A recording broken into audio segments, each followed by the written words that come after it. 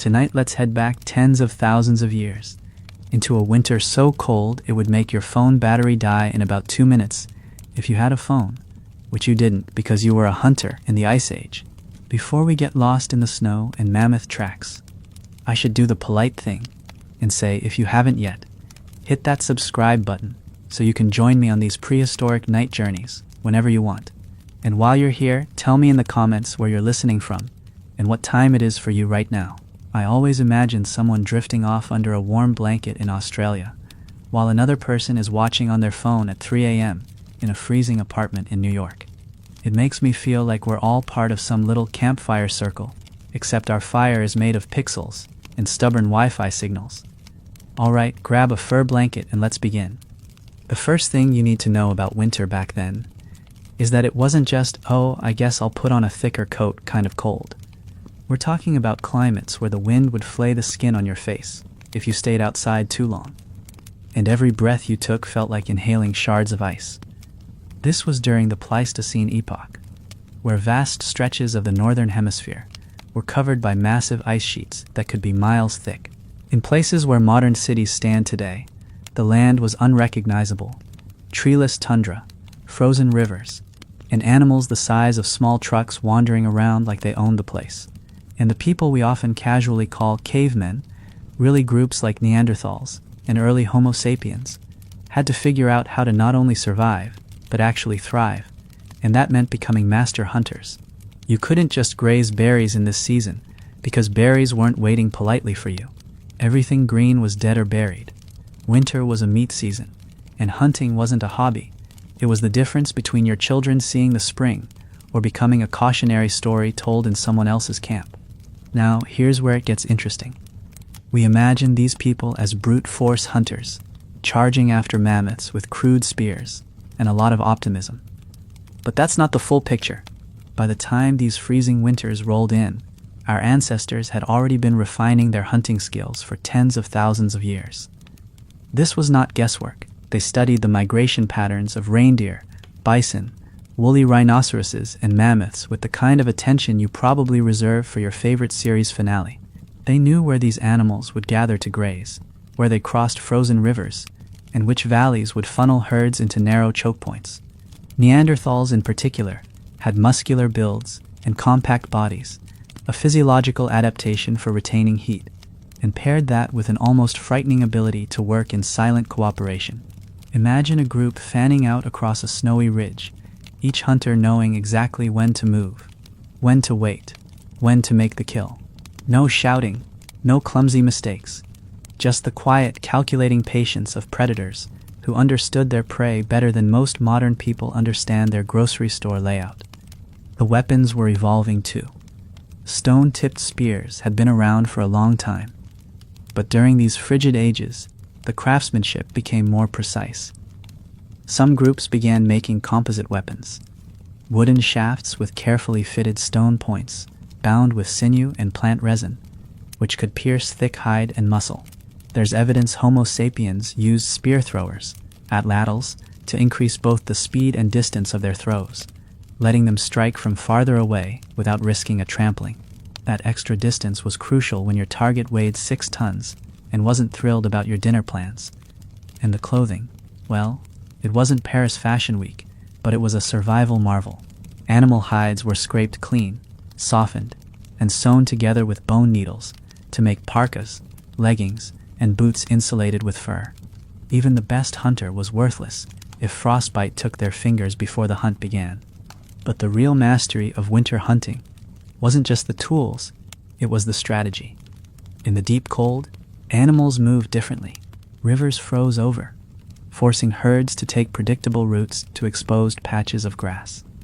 Some hunters used natural traps, driving prey into snowdrifts, where movement was slow and exhausting, or toward cliffs where an animal could be driven to fall. In certain regions, hunters would coordinate to create lines of fires and noise to herd animals toward hidden archers or spear throwers. And yes, sometimes it was brutally dangerous. A mammoth could turn on you in a heartbeat, swinging tusks that could break bones with a single strike. There were no second chances if you misjudged your distance. That's why so much emphasis was on reading the landscape and animal behavior, spotting the smallest twitch of an ear or a shift in the wind that could change the outcome of the day. And then there was the cold itself, which was a hunter's constant companion and enemy. Too much activity, and you'd sweat a death sentence if the moisture froze against your skin. Too little movement, and you'd lose sensation in your fingers before you even gripped your weapon. You had to walk this fine line, pacing yourself so your body stayed warm but not wet, alert but not exhausted. Night hunting wasn't common, but dusk hunts in winter twilight were, because certain prey would be more active in low light. Imagine creeping forward in the silent glow of a winter sunset, every sound muffled by snow, your breath a thin cloud in front of your face, while in the distance you see the massive shadow of a grazing reindeer. Knowing that if your throw misses, there's no backup plan. It's just you, the cold, and the long walk back to camp, explaining to everyone why you're empty-handed. These hunts didn't just feed the stomach. They fed the social structure. The meat was shared. Hides turned into clothing and shelter, bones into tools. A successful winter hunt meant stories around the fire, marriages secured through proof of skill, alliances strengthened with shared food. Failure meant hunger, frostbite or worse. This constant high-stakes environment shaped our ancestors into the master hunters of the freezing season, not because they had a choice, but because nature gave them an ultimatum every single winter. And as we sit here now, warm and comfortable, talking about it, it's easy to forget just how thin the line was between survival and extinction. So picture this. The hunt is over. The kill has been made. And now you've got a mountain of frozen meat lying in the snow. If you think the hard part is done, that's where you'd be wrong. In freezing winters, hunting wasn't just about striking the prey. It was about keeping what you caught. In sub-zero conditions, you couldn't exactly toss the meat in a freezer because, well, the entire world was the freezer. But leaving it out meant every scavenger in the area, from wolves to wolverines, would smell it in minutes and start showing up uninvited. And they didn't RSVP politely. So after the adrenaline of the kill faded, the real work began. Strips of meat had to be cut quickly and taken back to camp, often over miles of uneven terrain. The hides needed to be removed before they froze stiff, which would make them almost impossible to work with later.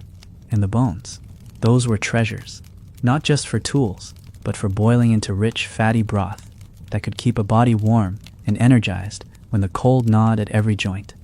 The thing is, transporting hundreds of pounds of meat wasn't like dragging your overstuffed grocery bags up 3 flights of stairs. This was a team effort. Hunters would fashion sleds from wood and animal sinew. And in some cases, the hides themselves were used to bundle the meat and slide it over snow like giant prehistoric toboggans. If you've ever dragged something heavy through fresh snow, you know it's not a silent or effortless process. The snow crunches, the wind howls, and every so often, a distant howl answers back, reminding you that you are not the only hungry creature out here. Sometimes the trip back to camp took hours, and every step meant balancing speed with stealth. Too much noise, and predators might trail you. Too slow, and the dark would close in long before you reached safety. Once back in camp, the real genius of Ice Age winter survival showed itself. You might imagine that meat in this environment would last indefinitely, but nature always finds a way to complicate things. Ice crystals can slowly break down fibers, making meat lose texture and flavor over time. So our ancestors developed preservation techniques that still sound brilliant today. Smoking meat over slow, controlled fires kept it dry and infused with compounds that deterred bacterial growth. In some cases, they buried the meat in snow pits, insulated with layers of hide and straw to protect it from scavengers and temperature fluctuations. The smell of slowly smoking mammoth ribs drifting through a frozen valley probably wasn't great for staying hidden. But then again, when the nearest rival group was 10 miles away trudging through snow, you could afford to brag a little. And while the meat was the star of the show, the hides were the real unsung heroes. Winter hunting meant more than filling your belly. It meant keeping your body from freezing to death while you were out doing it. A single mammoth hide could weigh hundreds of pounds, and once processed, could become multiple sleeping covers, tent walls, and thick coats. The tanning process, removing fat, stretching, softening with repeated rubbing, and sometimes even using the animal's own brain as a natural emulsifier, wasn't glamorous, but it worked. Think about that. They were taking an animal that had just tried to trample them and turning its own body into their insulation and shelter. There's a kind of poetic recycling there, if you don't think about it too hard. Of course, not every winter hunt was a triumph. Sometimes the snow was too deep, the prey too fast, or the weather too vicious. Storms could roll in without warning, turning a promising hunt into a fight for your own life. Imagine being miles from camp, the horizon disappearing into a white blur, your footprints already being swallowed by snow. The best hunters were the ones who didn't just know how to kill. They knew when to turn back. Survival wasn't about ego. It was about playing the long game. Returning empty-handed was better than not returning at all. And that, perhaps, is why these people endured for so many millennia in some of the harshest conditions the planet has ever served up. Still, every successful winter hunt carried a weight beyond survival. Around the fire, the stories would be told, sometimes with dramatic embellishments, sometimes with humility, but always with the purpose of passing knowledge along. Where the herds had moved, how the wind had shifted, which hunter's spear had flown truest, all of it was committed to memory. These stories weren't just entertainment, they were databanks of survival information, passed orally through generations. And as we sit here now, warm, safe, probably holding a snack you didn't have to spear yourself, you can almost feel the gratitude ripple through time for the hunters who refused to let the cold dictate the end of their people's story. There's something strangely beautiful about how our ancestors read the winter landscape like an open book. Every crack in the ice, every bent reed poking out of the snow, every cluster of animal droppings told them something. We tend to think of tracking as following a neat trail of paw prints, but in freezing winters, footprints could vanish within minutes under drifting snow. So hunters relied on subtler signs, the faint scuff where a hoof slid on ice, the disturbance of frost where a body brushed past a low branch, the way birds circled in the distance above an animal carcass. A skilled tracker could tell not just what kind of animal passed, but its speed, its weight, whether it was healthy or limping, and how long ago it had been there. To us, that sounds like magic. To them, it was Tuesday. The air itself was a messenger. In frigid conditions, scents traveled differently. Hunters could sometimes smell the musk of reindeer, or the heavy, earthy odor of a woolly mammoth long before they saw it. They also knew how to listen to the silence, which sounds like a contradiction, but it's true. In deep cold, sound travels farther, and a distant crack of ice or the soft thud of something moving in the snow could betray a herd's location. Of course, this worked both ways. The crunch of a hunter's footsteps could be heard by wary prey, so they learned to step with careful rhythm, sometimes in sync with the wind gusts, so the noise was masked. Imagine creeping forward, your breath controlled, every muscle tense, the entire world stripped down to white and shadow, and knowing that your survival might hinge on whether your footstep is just a little too loud. And here's where winter gave hunters a paradoxical advantage. In summer, the world is full of distractions, rustling leaves, chirping insects, fast-moving streams. In winter, there's only stillness, which made prey easier to locate, but also made hunters easier to detect. This constant tension turned every hunt into a mental chess match. You weren't just chasing food, you were in a battle of wits with creatures that had been avoiding predators for millions of years. Some hunts lasted hours, some stretched over days, with hunters shadowing a herd from a distance, waiting for the perfect moment. Patience wasn't just a virtue, it was the currency of survival. Of course, humans weren't the only predators stalking the snow. Packs of wolves, prides of Ice Age lions, and even cave hyenas roamed the frozen plains. These weren't your modern hyenas. They were massive, powerful beasts with bone-crushing jaws. Sometimes humans and these predators had an uneasy coexistence, following each other's hunts, stealing kills when they could. There are signs in the fossil record of humans scavenging from big cat kills, and vice versa. That means you could take down a reindeer only to find a lioness materializing from the tree line, her golden eyes fixed on your prize. At that moment, you had a choice: fight, flee, or stand your ground in a standoff that could go either way. The fact that our species is still here tells you they often made the right call.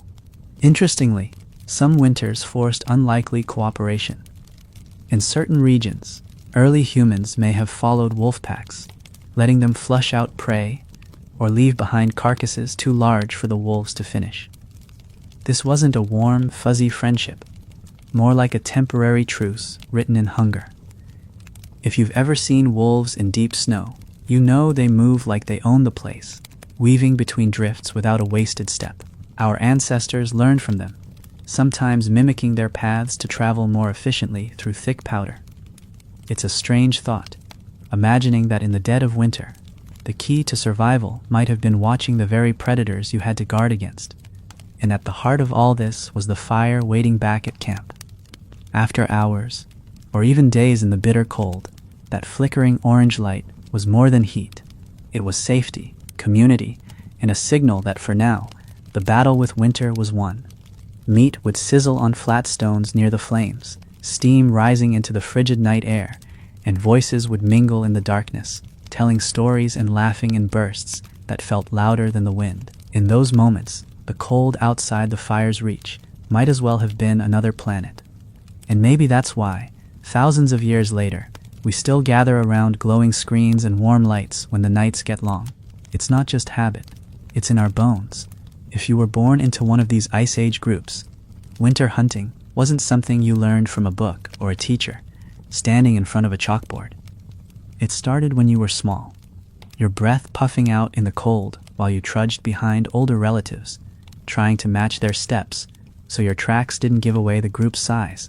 You'd watch the way they bent low to examine a print, how they tilted their heads to listen to a distant sound that you couldn't hear yet, how they shifted their weight so the snow barely whispered under their boots. Every winter, those lessons etched themselves into you, until one day you were the one at the front, deciding where to lead the hunt. There was no graduation ceremony, just the silent collective trust that you could bring everyone home fed. The rhythm of these hunts wasn't rushed. The modern world moves fast, messages in seconds, deliveries in hours, but winter hunting was slow, deliberate, and often frustrating. You might trail a herd for an entire day and come back with nothing but aching muscles and cold fingers. But that patience was part of the design. Rushing was dangerous. A careless move could spook the prey, send them scattering into the horizon, or worse, provoke them into charging. This slow pace also gave hunters time to read the mood of the herd. A restless group of reindeer was harder to approach than one grazing calmly. An old bull mammoth keeping to the rear might be injured, making him an easier though still risky target. All of these decisions were made not with words, but with glances and tiny hand signals that carried more weight than shouting ever could. Winter itself could be an accomplice if you knew how to use it. A sudden windstorm could cover your scent, giving you the chance to get closer. Blowing snow could hide your approach entirely until you were within striking range. But it was a dangerous partner. The same conditions that gave you cover could also strip away visibility, turning you around, disorienting you in a landscape where every direction looked like every other. That's why hunters memorized landmarks the way we memorize phone numbers and passwords. The dark line of a tree grove on the horizon, the jagged edge of an ice ridge, the curve of a frozen river. These weren't just scenery, they were lifelines, mental anchors that kept you from vanishing into the white. Once the prey was close enough, the actual moment of the hunt was rarely a sudden rush. In many cases, it was a slow tightening of the noose. Hunters spreading out, some moving ahead to cut off escape, others hanging back to drive the animals forward. Spears and atlatls weren't always thrown immediately.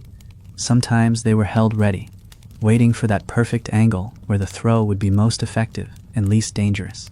If a herd turned and charged, the plan could collapse instantly, forcing everyone into defensive maneuvers. That's why positioning mattered. Nobody wanted to be in the wrong place when a half-ton of panicked animal decided to barrel straight through. And even after a successful strike, the hunt wasn't over. An injured animal could run for miles, leaving a trail of blood and churned snow. The hunters had to follow carefully, conserving energy while staying ready for the moment when the prey collapsed. In deep snow, that chase was punishing. Every step a test of endurance and balance. The cold made it worse. Muscles stiffened quickly, and breathing too deeply could burn your lungs. But there was no quitting. To give up before the animal was brought down meant losing not just food but hours of effort, and possibly alerting predators who could claim the prize before you returned. When the final blow landed, and the animal was still, there was no whooping or cheering. Not in winter. Sound carried too far, and predators were never far behind. Instead, there was a quiet, almost reverent moment as everyone caught their breath, steam rising from their bodies, and the animal alike. Knives of stone and bone would appear, and the work would begin immediately. It was messy, bloody, exhausting, and entirely necessary. And as strange as it sounds, there was gratitude in it, not the romanticized kind we put in movies, but a deep, wordless recognition that this life had ended so yours could go on. That awareness, I think, shaped how they saw the world, and maybe deep down it's why we still feel something primal when we stand out in the cold and hear nothing but the wind. The return to camp after a winter hunt was its own kind of journey, slower but no less dangerous. The adrenaline of the chase would fade quickly, replaced by the heavy drag of fatigue, the meat, the hides, and the bones. All of it was weight you could feel in your shoulders and hips with every step. Even with sleds or bundled hides to drag the load, the snow fought you at every turn, grabbing at your ankles, collapsing underfoot, or swallowing a sled's runners so deep you had to wrench them free. The cold gnawed at your fingers even through layers of fur, and there was always the uneasy feeling that eyes were on you from somewhere beyond the tree line. Wolves could smell blood from miles away, and they had no problem shadowing a hunting party, waiting for exhaustion or carelessness to crack the line. Back in camp, the first priority wasn't celebration, it was security. The meat had to be stored in a way that kept it safe from predators, not just for a day but for weeks, maybe months.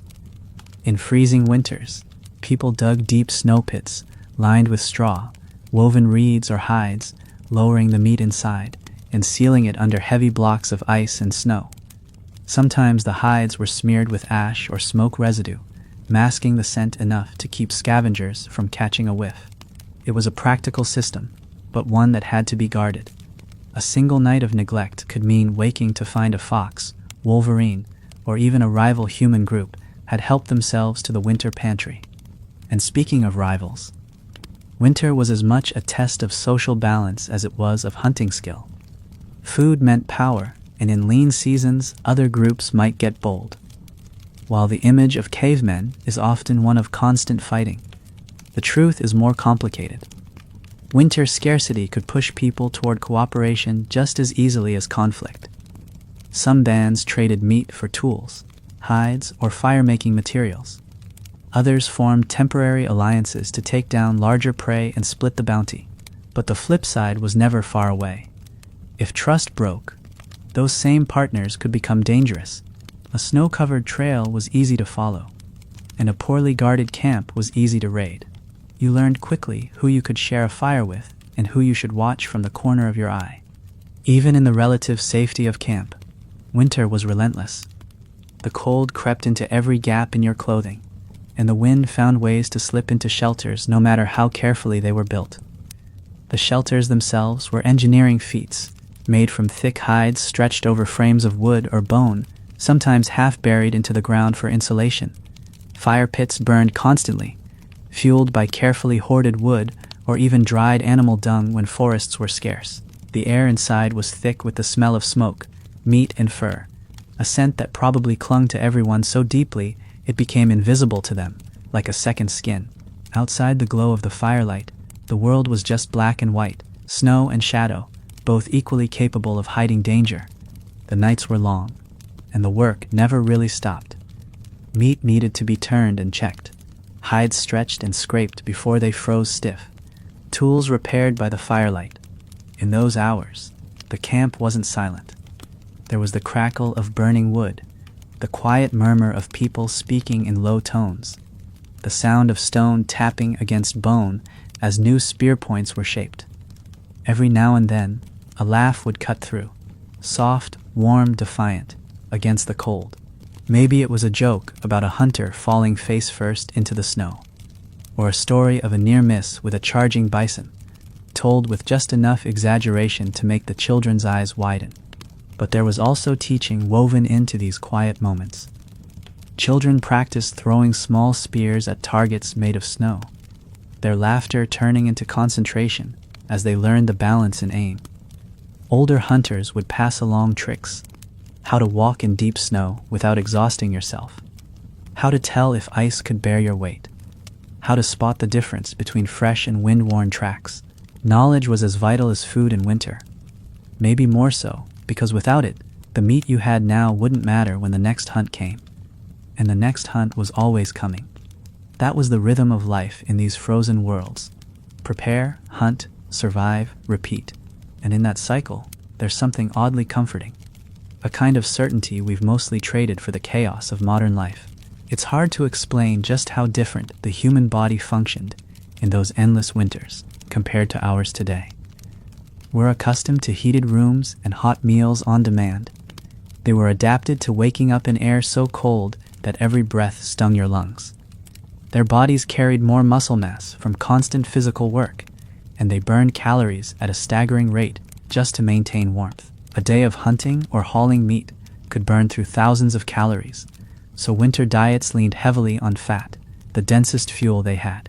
That's why animals like mammoths, bison, and reindeer were so prized. Fat wasn't just food, it was insulation from the inside out. Without it, no amount of lean meat would keep you alive for long. Even marrow, scraped and boiled from the hollow bones, was precious, a small but powerful source of warmth and energy. The clothing wasn't just about piling on layers. It was an art form honed by necessity. Hides were selected based on the animal and the purpose. Reindeer fur for its warmth and lightness, wolf or fox for trim and hoods, mammoth hide for heavy-duty shelter coverings. Sewing wasn't crude guesswork. Bone needles and sinew thread made for sturdy, fitted garments that minimized heat loss. In fact, early Homo sapiens in colder climates often wore tailored clothing with separate leggings, coats, and footwear, which provided far better protection than simple draped hides. That advantage may have been one of the subtle reasons our species thrived in these conditions where others struggled. It's not glamorous, but survival often comes down to whether your boots let you cross the snow without frostbite. Travel in winter wasn't something you did lightly. Snowshoes, primitive but effective, were sometimes used to spread weight across the surface, especially in deep drifts. Hunters also learned to follow the paths of migrating animals, letting the herds break trail through snow. They could barely navigate themselves. Frozen rivers and lakes could be highways, but they were also death traps if you misjudged the ice thickness. A single misstep could mean a plunge into water cold enough to kill in minutes. People learned to test ice with long poles. Listening to the sound it made, solid ice sang with a deep, muted thud, while dangerous ice cracked with a sharper note. Those small details, passed from one generation to the next, were often the difference between coming home with meat and not coming home at all. One of the most ingenious aspects of winter hunting was the way camps were positioned in relation to prey. You didn't want to set up too close. That risked scaring off herds before the hunt even began. But you also couldn't be so far away that a successful kill became a logistical nightmare to haul back.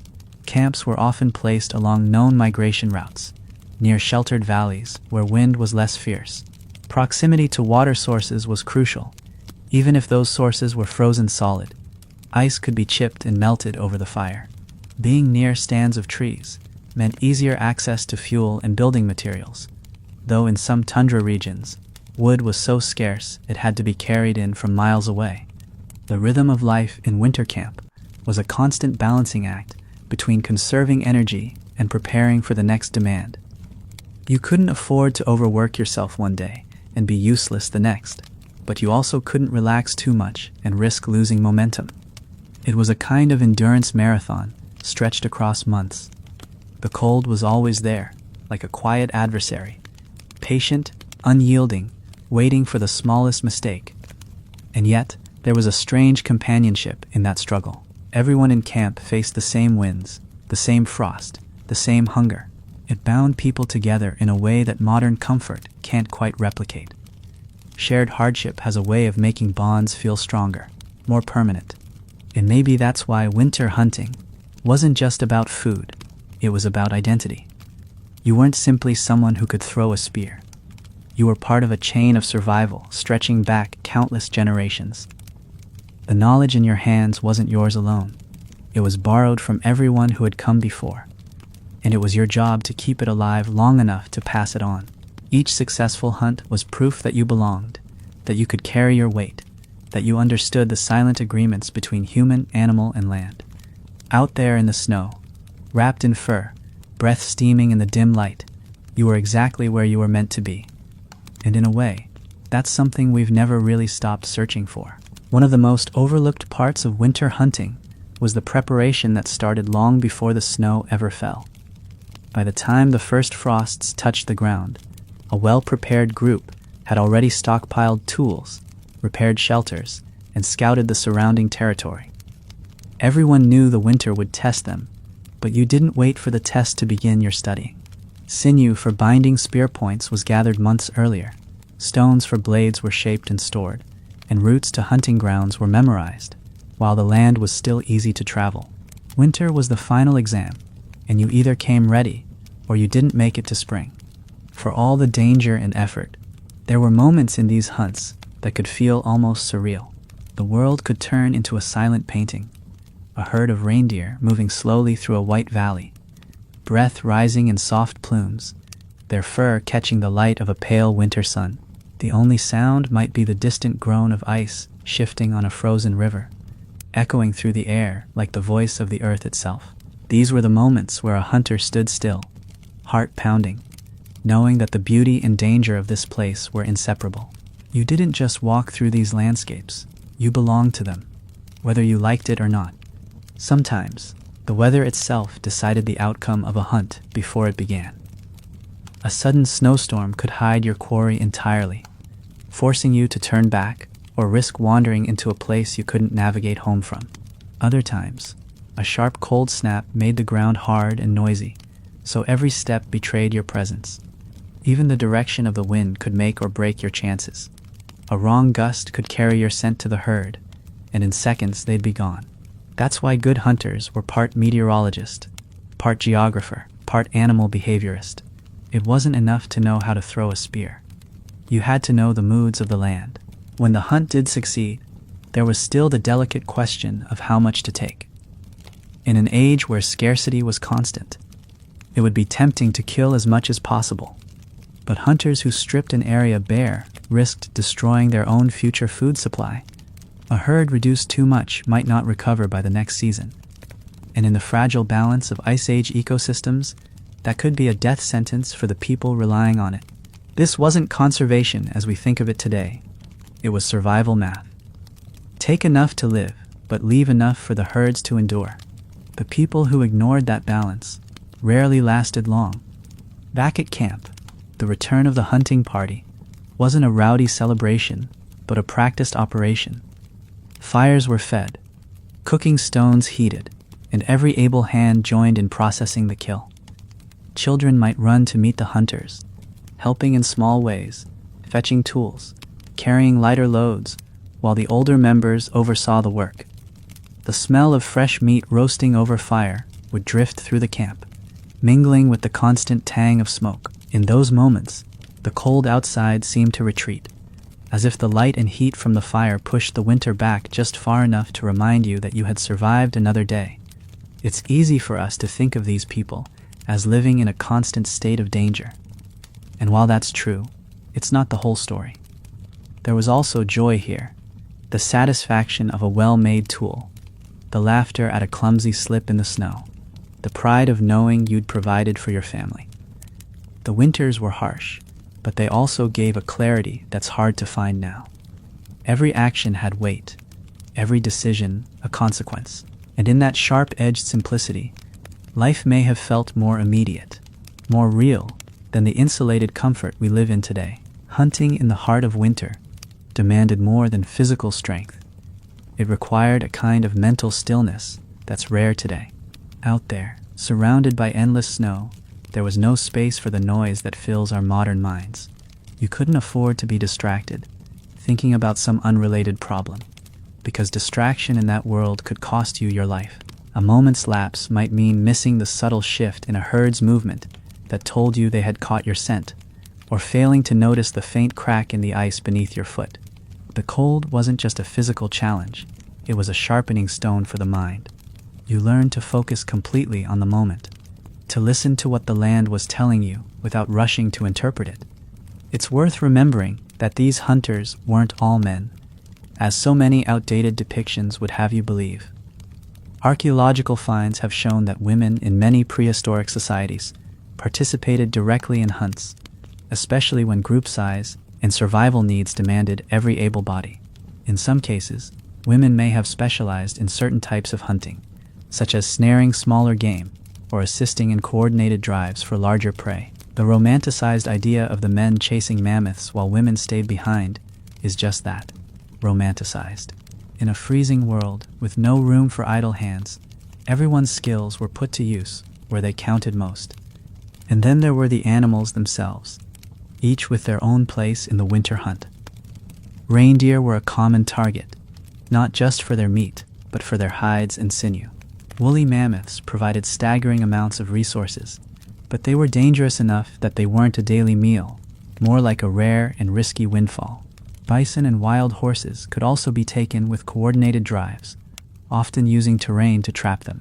Smaller game like hare or ptarmigan filled in the gaps, and even these demanded skill to catch.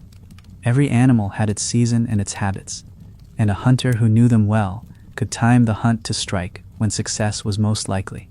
The weapons themselves told a story of adaptation. Spears remained the backbone of winter hunting, but by this point in human prehistory, they were far from crude sticks. Stone points were carefully shaped into symmetrical blades, lashed securely to shafts with sinew and resin. The atlatl, or spear thrower, extended the hunter's arm, giving both greater range and force, an invaluable advantage when keeping distance from dangerous prey. Some groups may have used early forms of bows, though the technology wasn't yet widespread. Each weapon was a personal tool, shaped and maintained by its owner, often decorated with small carvings or marks that made it uniquely theirs. Winter hunts could also become lessons in patience that lasted for days. There are accounts, based on modern ethnographic parallels and archaeological evidence, suggesting that hunters would shadow a herd for multiple sunrises, waiting for the moment when weather, terrain, and animal behavior aligned. This wasn't laziness. It was strategy. A tired, snow-laden reindeer was easier to bring down than one fresh and alert. An animal hemmed in by a frozen river or a drifted ridge gave the hunters a natural advantage. Timing the kill to maximize success and minimize risk was a skill honed over generations. And in the cold, mistakes had a way of being remembered for a very long time. When success came, it was more than just a victory over hunger. It was proof that the knowledge, patience, and endurance passed down through countless winters still worked. In those moments, the bond between people and the land felt unbreakable. The snow underfoot, the bite of the air in your lungs, the smell of meat roasting in camp, all of it was woven into the same fabric. It's hard to imagine now, in our climate-controlled homes, what it meant to stand in a circle of warmth and light, after hours in a frozen wilderness, knowing you had faced the cold and won. And yet that feeling, that deep satisfaction, might be one of the oldest human emotions we still carry. The thing about winter hunting is that it didn't just test your body on the day of the hunt. It shaped you all year round. The people who thrived in those seasons had been preparing since childhood, building muscle and endurance, not through training programs, but through daily life, carrying water from a half-frozen stream, hauling firewood, helping skin a deer. Every task was conditioning for the months when the snow would be waist-deep, and the air so cold it could freeze the moisture on your eyelashes. By the time a young hunter joined the main party, their body already knew the rhythm of long treks, the discipline of holding still for hours, and the patience to wait without complaint. You didn't have to get in shape for winter. Winter was the shape. Hunting in the cold also rewired how you thought about food. In our modern world, we see meals as events. Back then, food was survival currency. You didn't just eat to satisfy hunger, you ate to fuel your body for the next task. Fatty cuts of meat were prized not for flavor alone, but because they meant more warmth, more energy. The marrow from leg bones wasn't a delicacy, it was a necessity, and nothing went to waste. The skin from a hare might line a glove. The sinew from a bison's leg might bind a spearhead. Even the smallest scraps could be boiled into broth. Waste wasn't just frowned upon, it was foolish, almost dangerous, because it could mean less of a buffer against the days when the hunt failed. Some of the most clever winter hunting techniques came from using the land itself as a weapon. Natural funnels, valleys, river crossings, or narrow ridges could be used to channel animals toward waiting hunters. Snowdrifts could slow prey just enough for spears to find their mark. In some cases, hunters would set up temporary blinds made of snow and branches, camouflaging themselves until the herd passed close enough. These weren't improvisations, they were planned routes and positions based on a deep memory of the terrain. Every slope, hollow, and frozen stream in the hunting grounds was part of an invisible map, etched into the minds of those who walked it year after year. But there were always risks you couldn't plan away. Ice could break underfoot, wind could change suddenly, and predators could appear without warning. Wolves weren't always the worst threat. Cave lions and hyenas could be far bolder, especially when food was scarce. And unlike in summer, where there might be escape routes through thick brush or trees, winter left you exposed. The open snowfields offered little cover. And if something larger and hungrier than you started closing the distance, your only advantage was your group's coordination and the hope your weapons would be enough to make them reconsider. One of the most fascinating things about these hunts is that they were as much social events as survival missions. Everyone had a role, even those who stayed in camp. Firekeepers made sure there was warmth waiting for the hunters. Skilled hide workers would be ready to start processing skins immediately, so the material didn't stiffen beyond use. Children would gather tinder or help scrape bones clean. The success of a hunt didn't just depend on the people in the snow. It depended on the whole community functioning like the gears of a single machine. That kind of interdependence created bonds far stronger than what most of us experience now. And at the end of a successful day, there was the unspoken ritual of gratitude. No speeches, no formal ceremonies, but a shared understanding that this meal, this warmth, was not guaranteed. The cold outside the circle of firelight was always there, waiting. The memory of failed hunts, of lean days, hung quietly in the background, reminding everyone why they worked so hard to get here. Maybe that's why the meat tasted different in winter, not just because it was fresh, but because it was hard-won. One of the most striking realities of hunting during freezing winters was how every single action was a gamble with energy. Every step through snow cost you calories, and every calorie had to be replaced from the very food you were risking yourself to obtain. It was an invisible equation ticking away in the background of every decision. If the hunt failed, you didn't just lose a meal, you lost the energy you had spent getting there, which could make the next attempt harder. That's why experienced hunters were also expert strategists. They weighed the risk of chasing prey too far against the potential reward. A mammoth might feed the camp for weeks, but if it led you into dangerous terrain, the cost could be higher than the benefit. In that world, knowing when to quit wasn't weakness, it was wisdom that kept you alive. Travel itself was almost as much of a skill as hunting. Walking through deep snow for hours required a special kind of pacing. Fast enough to keep your body warm, slow enough not to sweat too much. Sweat in freezing air was a hidden killer, soaking into your clothing and turning into ice against your skin. Hunters would often remove layers when moving, only to put them back on the moment they stopped. This constant adjustment might seem small, but it was part of the rhythm of life, a learned habit passed from one generation to the next. The cold punished carelessness, and anyone who ignored those small rules would learn quickly, if they were lucky enough to learn at all. It's easy to romanticize winter hunting as a series of dramatic moments, the throw of a spear, the triumphant return. But most of it was quiet persistence, hours of walking, scanning the white horizon and listening for sounds too faint for the untrained ear. The silence of snow wasn't just absence of noise. It was its own kind of presence, pressing in around you. Every crunch of your own footstep sounded louder than it should, and the beating of your heart sometimes felt like it might give you away. The patience needed wasn't passive. It was active attention, the kind where every sense is tuned to a razor's edge. One of the lesser-known winter hunting techniques involved baiting. Sometimes hunters would leave parts of a previous kill in an exposed area, then wait nearby, downwind and hidden, knowing scavengers or predators would come to investigate. It was risky, after all. The creature that arrived could be something you had no intention of fighting, but it could also turn the balance in your favor. This was especially useful for catching smaller predators, whose furs were valuable for lining winter garments.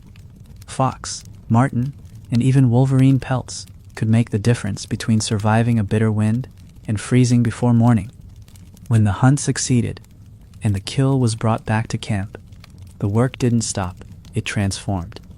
The soundscape of camp would shift into activity.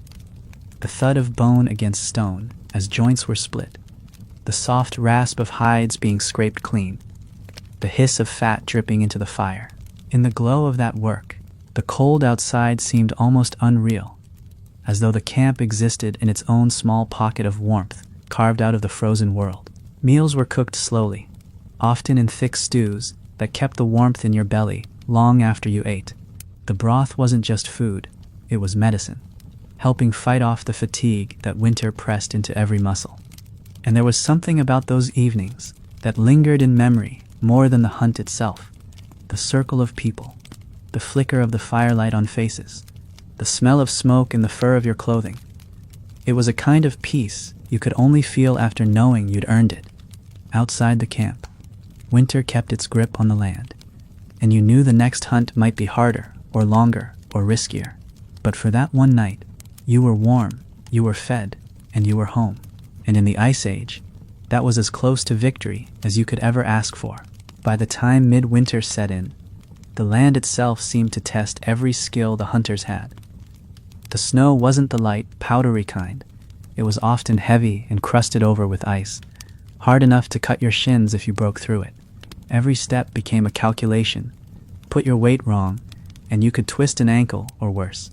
An injury in this season wasn't just painful, it was dangerous for the entire group. Losing one person's strength meant the rest had to carry their share. Whether that was hauling meat, gathering fuel, or standing watch. That's why hunters often moved in patterns designed to keep the group together. No one wandered too far ahead. No one was left alone at the back. The wilderness didn't need much of an excuse to swallow someone. The animals were adapting too.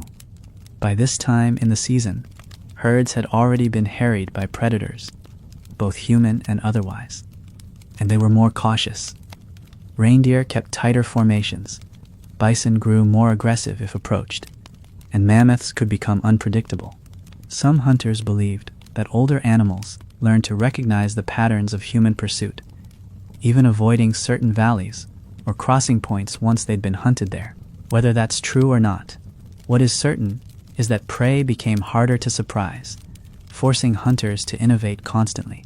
If a tactic worked too well, you couldn't count on it working again. One advantage winter offered was the clear record of movement it left behind. Tracks told stories, not just where an animal had gone, but how it was moving. Wide, deep impressions might mean it was carrying heavy fat reserves. Shallow, uneven ones might mean it was tired or injured. Hunters learned to read the freshness of tracks by how crisp the edges were, or whether frost had begun to creep across them. In the absence of footprints, a trail could be traced by broken twigs, disturbed snow where an animal had lain down, or even frost brushed off by the warmth of a passing body. Every mark in the landscape was a clue, and the best hunters treated them like pages in a book. But following those clues wasn't always straightforward. Snowstorms could erase tracks within minutes, leaving the party in a sudden blankness. This was where memory of the terrain mattered most. If you lost the trail, you had to predict where the animal would head next, based on its habits and the lay of the land. Sometimes this meant long detours, skirting ridges, or crossing frozen rivers to get ahead of the herd. Other times, it meant abandoning the pursuit altogether and conserving energy for a better opportunity. As frustrating as it was, knowing when to let go of a trail was a mark of true skill and discipline. The return from a failed hunt could be quieter than usual. No one blamed each other. They understood the odds, but there was a weight to it. The knowledge that the food stores were a little lower, that the next hunt would need to make up the difference.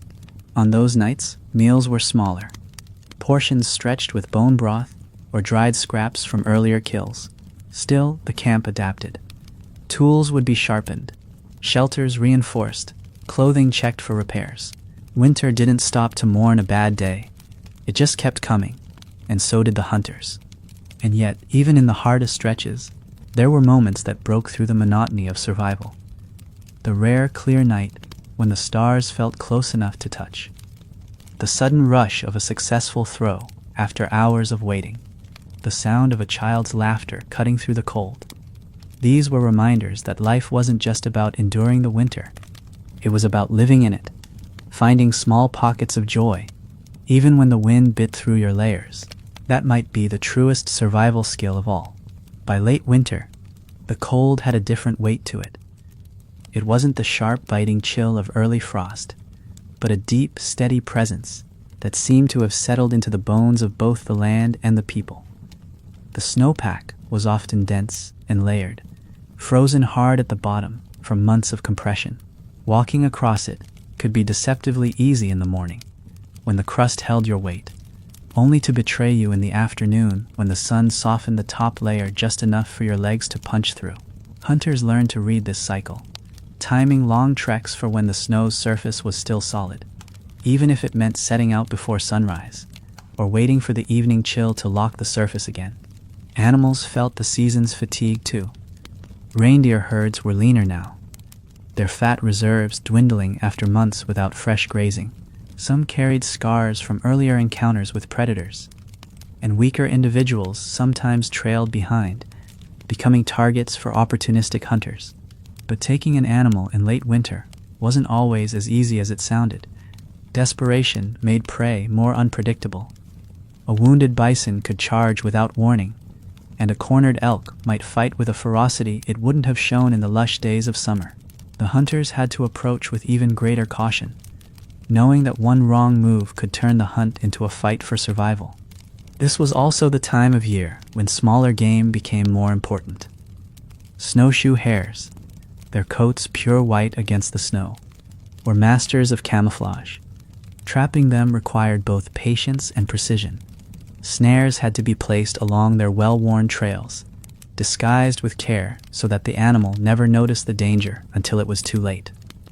Birds like ptarmigan could be flushed from snow shelters with sudden movement, but only if the hunter knew where to look. These smaller catches wouldn't feed the camp for long, but they could fill crucial gaps in the food supply, adding variety and easing the pressure on larger hunts. Back at camp, this part of winter was a test of resource management.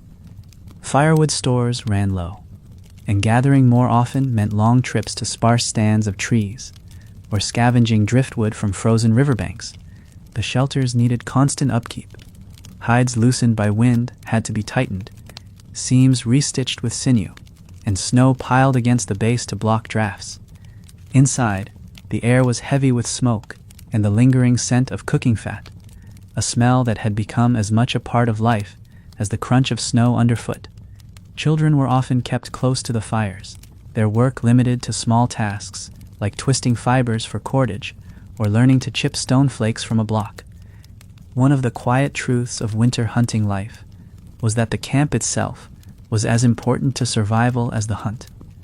Without a warm place to return to, even the most successful kill could be meaningless.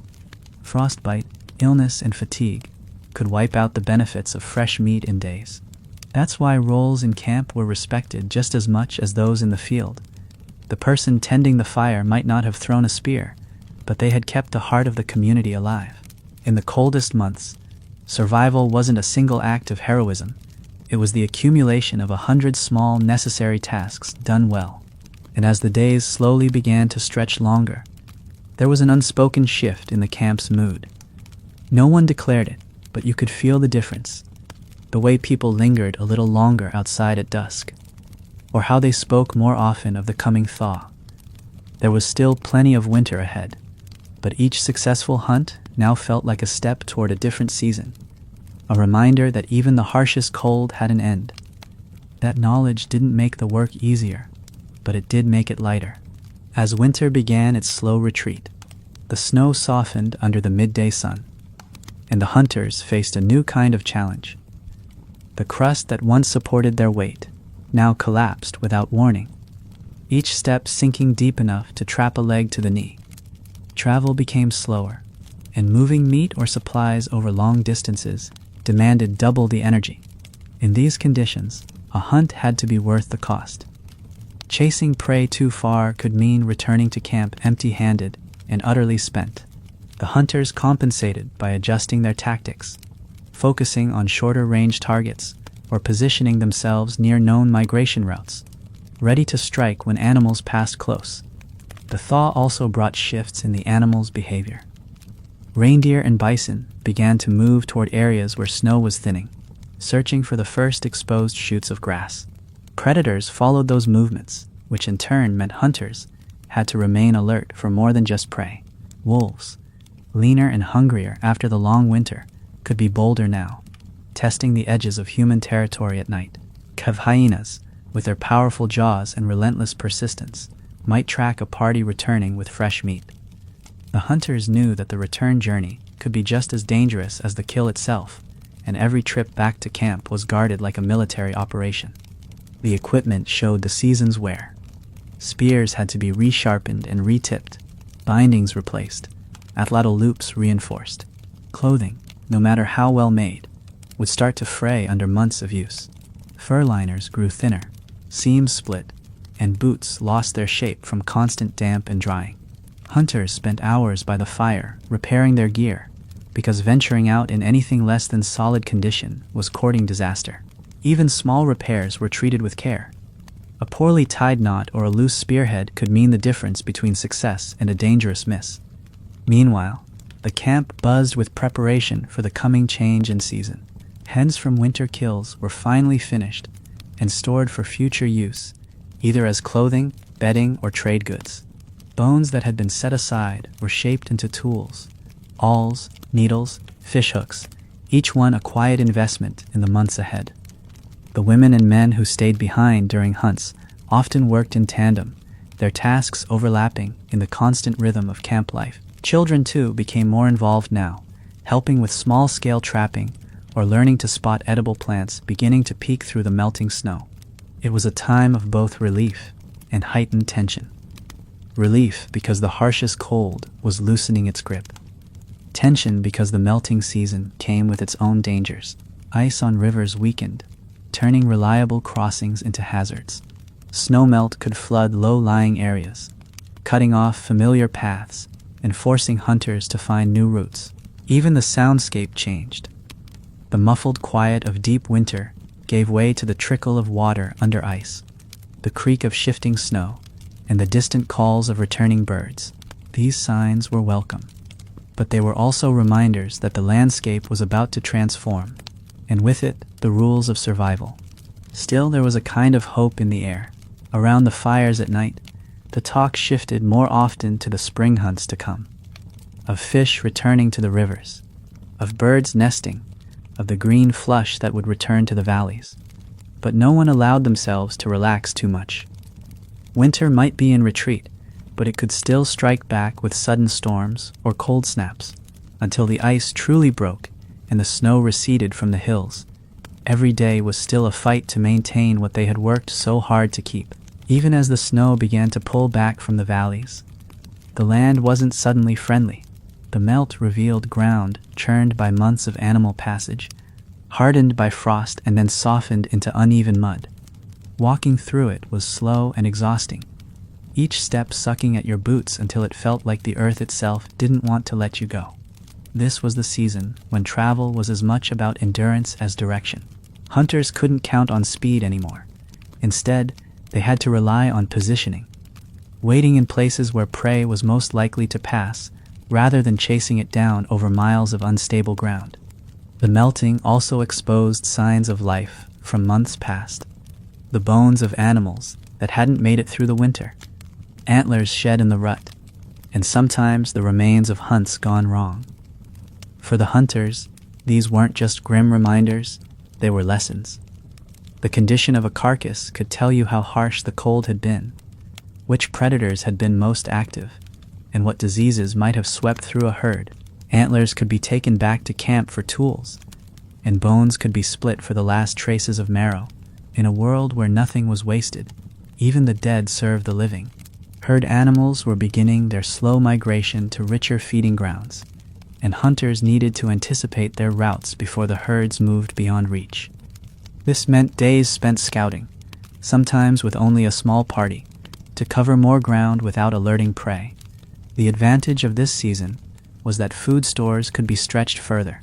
Hunting smaller animals and fishing from thawing rivers could supplement the larger kills, reducing the risk of exhausting the main herds too early in the year. But it was also a gamble. Put too much focus on small game, and you could miss the perfect opportunity for a big hunt. Camp life shifted with the weather. Fires still burned steadily, but the smoke no longer clung so heavily to clothing. People spent more time outside, repairing storage pits, moving heavy stones to improve windbreaks, or clearing debris from around the shelters. The children's laughter became more frequent as they ventured farther from the fire to explore the newly revealed world. Still, there was always an undercurrent of caution. The predators that had survived the winter were lean and determined, just as ready to take advantage of the thaw as the hunters were. A wolf pack shadowing a herd might just as easily shadow a hunting party. The hunters themselves carried the season in their bodies, leaner than they had been in autumn, their muscles hardened by months of labor in the cold. Their gear was patched and worn, but it had proven itself through the worst of the winter. Every tool that had survived the season had a history now. The spear point that had pierced a bison's side, the knife that had scraped the hide of a mammoth, the atlatl that had sent a dart flying true in a snowstorm. These weren't just possessions, they were companions, each scar and repair a testament to endurance. And even though the snow still lay deep in the shaded hollows, there was an undeniable shift in the air, a scent of wet earth beneath the cold, a brightness to the light that hadn't been there before. The hunters didn't talk about it openly, but they felt it. The hardest days were behind them, though there were still hard days to come. For now, there was a sense of breathing space, of having made it through something that could have ended them. That kind of survival didn't just feed the body, it fed the spirit. By the time the first real thaw set in, the hunters' routines had already begun to adapt to the changing landscape. The frozen rivers, which had been sturdy highways through the snowfields, were now riddled with treacherous patches of thin ice, forcing long detours along muddy banks. Those detours often turned into hunting opportunities of their own. Waterfowl returning to feed at the edges of meltwater, or fish caught in shallow pools where the ice had broken unevenly. Quick-thinking hunters could turn these moments into extra food for the camp, but it required constant awareness. The season no longer rewarded only patience. It now favored quick reactions as well. The prey animals were shifting their behavior just as quickly. Reindeer, in particular, were drawn to the first green shoots poking through the slush, and hunters could use this to predict where herds might linger. But the open ground also made stalking more difficult. Without deep snow to slow them, prey could bolt with little warning. This was the time of year when ambush strategies became more important than chases. Hunters learned to use the terrain as cover, crouching in depressions or hiding behind the last stubborn mounds of snow, waiting for the moment when the animals came within striking range. Life in camp took on a different rhythm too. The urgency of winter's deep cold had lifted slightly, replaced by a more measured pace. There was still work to do. There was always work to do, but the sense of being hunted by the cold had eased. Hides could be processed in the open air without fear of freezing hands. Tools could be shaped outside in better light, and the younger members of the group could range farther under the watchful eyes of experienced hunters. The smoke from the fires smelled different now, mingling with the damp scent of thawing earth and the faint sweetness of early blooms. But spring was no guarantee of safety. The predators that had survived winter were still hungry, and they knew the migrations were beginning. Wolves were often bolder now, sometimes trailing herds in daylight, their dark shapes visible against the pale snow patches. Cave hyenas might scavenge openly near human camps if they smelled a fresh kill. Even large cats, silent and nearly invisible until they chose to be seen, could appear without warning. The hunters had to remain alert, keeping weapons within arm's reach even during camp work. Complacency was the most dangerous luxury in this season of change. The tools of winter hunting, heavy furs, thick boots, and layered hides, were gradually replaced with lighter clothing as the temperatures climbed. But lighter didn't mean careless. Waterproofing hides with animal fat became a priority to keep the damp from soaking through, especially for footwear. The weapons themselves were checked and rechecked, because the early hunts of spring were just as critical as those in winter. A single big kill now could ease the pressure on food stores until the plants and smaller animals became abundant again. In the evenings, the mood around the fire was subtly different from the long nights of deep winter. The stories told now leaned more toward the coming hunts and the promise of warmer days. People spoke of rivers clearing, of salmon runs, of the return of birds whose calls had been absent for months. There was a quiet pride in having made it this far, and an awareness that they had done so, not just by skill, but by working together. That bond, forged in snow and wind, was as much a part of their survival as any spear or hide. The melting snow revealed more than just the return of green shoots and trickling streams. It uncovered the footprints of the winter just past. Hunters could see the faint weather-worn tracks of animals long gone, a record of migrations frozen in place for months. In some areas, they found the remains of kills made by predators or other hunting groups, bones stripped bare and scattered. Each site told a story, not just of survival, but of the constant contest between all who depended on the land. It was a reminder that humans were only one set of hunters among many, and that they had made it through the cold not by dominating the landscape, but by reading it better than their competition. This was the time when knowledge of the land mattered as much as weapons. The hunters didn't just know where animals were now. They could predict where they would be days from now. A thawing ridge might open a new path for a herd.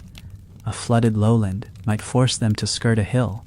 A fresh patch of moss could draw them to a sunlit slope. The best hunters moved like they were part of the migration themselves, shadowing the herds at a distance so as not to spook them, ready to strike when the terrain offered an advantage. Patience in this season was different from winter patience. It was more mobile, more watchful, less about waiting still in the cold, and more about staying in step with a moving world. With the rivers breaking free of their ice, fishing became part of the hunter's routine again. Spears were used for quick strikes in shallow water, while basket traps woven from reeds were set in narrow channels to catch fish moving upstream. It was a shift in diet as well. The rich, heavy fat of winter meat gave way to leaner fish, which brought variety but required more frequent meals to sustain the same energy. Still, the change was welcome. The taste of fresh fish, after months of smoked mammoth or dried bison, must have been a reminder that the hardest season had loosened its grip. Camp itself began to breathe differently. Where winter shelters had been sealed tight against wind and snow, now the hides were pulled back to let in light and air. Repairs that had been impossible in deep cold were tackled in earnest. Worn sections of hide replaced, framework lashed tighter, cooking areas expanded to prepare for the greater variety of food the warmer months would bring. Children roamed farther, exploring patches of bare earth and the first buds pushing up from the thawed ground, their laughter no longer muffled by the constant presence of snowdrifts. Yet for all the relief the thaw brought, it also carried risk. The softening earth made travel treacherous, and swollen rivers could cut off routes unexpectedly. Even the prey, once slowed by deep snow, now had the advantage of speed. Hunts became more about cunning than endurance, relying on ambush and positioning rather than long chases. It was a season that rewarded quick thinking. A hunter had to see the chance in front of them and take it, because the same conditions that gave opportunity could take it away in moments. And at night, around the fire, the hunters spoke less about enduring the cold and more about what came next. Plans were made for where to move camp, which rivers to follow, and how to approach the herds without disturbing their patterns too soon. There was still danger in every day, but now it was joined by anticipation. The land was waking, and the hunters were ready to move with it. By the time the thaw was in full swing, the land looked like it was in two seasons at once. Patches of white still clung stubbornly to shaded slopes and hollows, while the open flats shimmered with meltwater reflecting the pale sky. Each step was unpredictable. One moment you'd be crunching across icy crust, the next sinking into ankle-deep mud that sucked at your boots with a wet, greedy pull. This made the simple act of walking feel like a negotiation with the ground itself, one where the terrain always had the upper hand. For the hunters, these conditions meant adjusting every habit they'd carried through winter. You couldn't cover as much ground in a day, so hunts became more strategic. Instead of chasing, you positioned yourself where the prey was most likely to come to you. It was a different kind of patience, one where you let the land do the work of bringing the animals close, rather than burning energy in pursuit. The rivers, once silent and sealed under thick ice, now roared with the sound of release.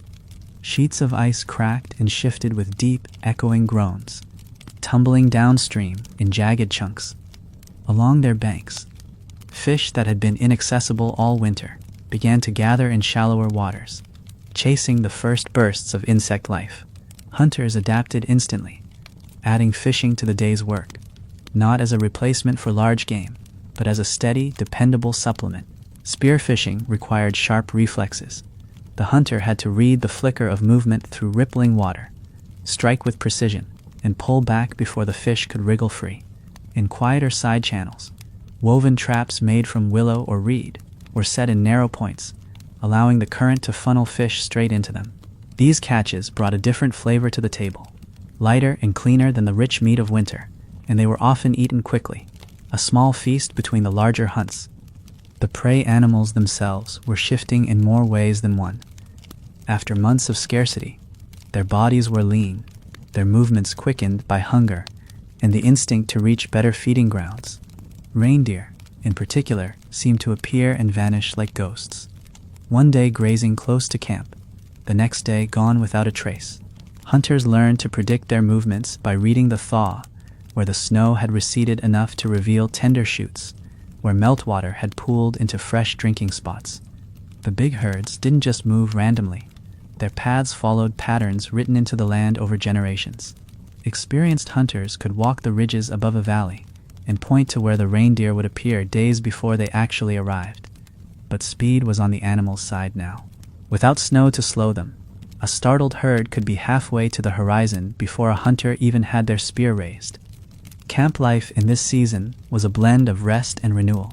The shelters, which had been sealed tight for warmth in winter, were open to the air, letting out the stale smoke and letting in the faint earthy scent of wet soil and new growth.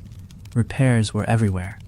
Worn hides replaced with fresh ones from the winter hunts, storage pits checked and shored up against flooding, and tools inspected for cracks or dullness after months of hard use.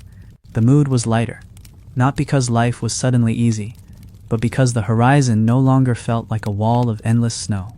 People moved with a touch more ease in their steps. Laughter rose more freely in the evenings, and the children were allowed to explore farther from the firelight, as long as an older set of eyes followed. Still, the hunters kept their weapons close. This was a season of opportunity, but also of unpredictability, when predators could take advantage of human distraction as easily as humans took advantage of theirs. Predators, too, were adapting to the change. Wolves grew bolder in the open ground, often following the same herds as the hunters and testing the edges of human territory at night. Their silhouettes could sometimes be seen pacing along ridges in the fading light, keeping their distance for now, but close enough to remind you they were watching. Cave hyenas, stockier and more aggressive, scavenged boldly, sometimes in daylight if they scented a kill nearby. And then there were the big cats, rarely seen until they wanted to be, who could stalk the same game without making a sound. A hunter who forgot that they too could be prey would not remain a hunter for long. Vigilance didn't end with the kill. The journey back to camp was often the most dangerous stretch of the day, especially if fresh blood trailed behind you in the melting snow. And at night, the campfire talk began to turn toward movement. People spoke of following the herds north or east, of leaving the familiar hunting grounds to track the migrations into summer territory. These conversations were half planning, half storytelling, weaving the practical with the remembered, tales of hunts in warmer seasons, of rivers teeming with fish, of valleys filled with berries and wild greens. The cold still lingered in the air, a reminder that winter wasn't quite finished, but it no longer pressed in like a physical weight. There was space now for hope, for looking ahead, and for the quiet satisfaction of having made it this far. The shift from deep winter to the edge of spring was never clean. Some mornings you could wake to a sky so bright and blue that it felt like the world had already moved on to warmer months. By nightfall, a storm could sweep down from the highlands, coating the camp in fresh snow, as if the thaw had been a dream. Hunters never let themselves be fooled by a string of mild days. The cold could still bite hard, and a sudden freeze could trap prey or people in dangerous places. This unpredictability made every outing a careful calculation. A route that was safe in the morning could be a trap by evening. Rivers could shift from crossable to deadly in a matter of hours, and icy winds could push even the strongest hunter to the edge of exhaustion. In these in-between weeks, hunting often meant a combination of methods. Large game was still a priority, but the ground conditions made prolonged chases costly. Ambush and interception became the favored tactics. Hunters would study where thawing ridges or narrow passes forced animals to move slowly, then position themselves in small groups, spread just enough to cover escape routes without alerting the prey too soon. It was work that demanded both discipline and patience, holding still for hours while the wind bit at exposed skin, eyes scanning for the smallest flicker of movement. When the moment came, it had to be met with precision, because a missed throw in this terrain could mean not just a lost kill, but a herd that would avoid that path for weeks. Fishing was becoming more than just a supplement now. It was a dependable part of survival strategy. As the ice broke, fish moved upstream in great numbers, driven by instinct, as powerful as any herd migration. Hunters turned fishers could stand knee-deep in icy water, spears poised, reading the ripples for the dart of silver bodies. Others worked in pairs to set woven traps, guiding fish toward them with stakes or stones that narrowed the current. The cold made it grueling. Hands and feet numbed quickly in the water, but the reward was immediate. Fresh fish could be roasted within the hour, or smoked to last for days. The lighter meat was a welcome change from the heavier winter fare, and it freed up stored meat to be kept for leaner moments. Camp life in this season was a blend of rebuilding and anticipation. With the days lengthening, there was more light to work by, and the tasks seemed endless but purposeful. Fire pits were dug deeper to hold steady heat against unpredictable winds. Storage pits were inspected for water seepage from melting snow, and travel gear was repaired in preparation for longer journeys. The air was often damp, carrying both the scent of thawing soil and the faint musk of wet hides drying on racks. Children played at the edges of camp, splashing in shallow meltwater, but they also learned. Older hunters showed them how to spot the thin ice by its color, how to read the surface of a river, how to follow the faint depressions left by animal hooves in soft mud. These lessons were given not as lectures, but as part of the rhythm of life, repeated until they became instinct. the predators were changing their patterns too. Wolves, no longer held back by deep snow, could move swiftly and silently over the softening ground. They might follow a hunting party at a greater distance now, conserving their energy for an easy chance at a kill or scraps left behind. Hyenas were bolder still, testing the boundaries of human presence and sometimes appearing just beyond the firelight at night, their shapes half glimpsed in the dark. Hunters kept weapons close even while sleeping, and night watches were doubled in these weeks, not because attacks were constant, but because complacency was the one danger that could undo all the careful work of the winter. And yet, despite the uncertainty, there was a hum of readiness in the camp. Conversations around the fire carried a different tone now, not just relief at having survived the coldest days, but a quiet eagerness to move with the herds, to follow the rivers to their summer feeding grounds, to see green valleys open up where the snow had been for months. The land was waking, slowly, unevenly, but undeniably, and the hunters, weathered and sharpened by the months behind them, were ready to wake with it. The path northward was never taken in a single push. Moving a whole camp, people, tools, hides, food stores, and the memories of the winter just survived, was a process that unfolded in careful stages. They traveled light, carrying only what they needed, leaving subtle signs for those who would follow. A stack of stones marking a good path around a flooded hollow, a notch cut into a tree near a safe river crossing, or the faint traces of a boot print stamped into firm ground. These markers weren't just directions, they were promises that the way ahead had been tested by trusted eyes. The main group moved slower, burdened by the weight of survival. Sleds, which had glided easily over winter snow, now dragged through slush and mud, their runners coated in a film of grit that ground against the wood with every step. Hides were used as makeshift tarps to keep loads dry in sudden rains, tied down with sinew ropes that creaked under the strain. The younger members of the group helped where they could, carrying lighter bundles or leading pack dogs, lean, sharp-eyed animals that were as much a part of the community as any person. Every stop along the way was a small camp in itself. Fire pits dug into soft ground, hides stretched over bent saplings for shelter, and watch posts set at the edges to guard against predators that might have been drawn by the scent of food or smoke. Along these routes, hunting didn't stop. In fact, travel often created more opportunities. Moving along river valleys meant crossing the paths of animals coming down for water, and the open edges of thawed ground made spotting prey easier.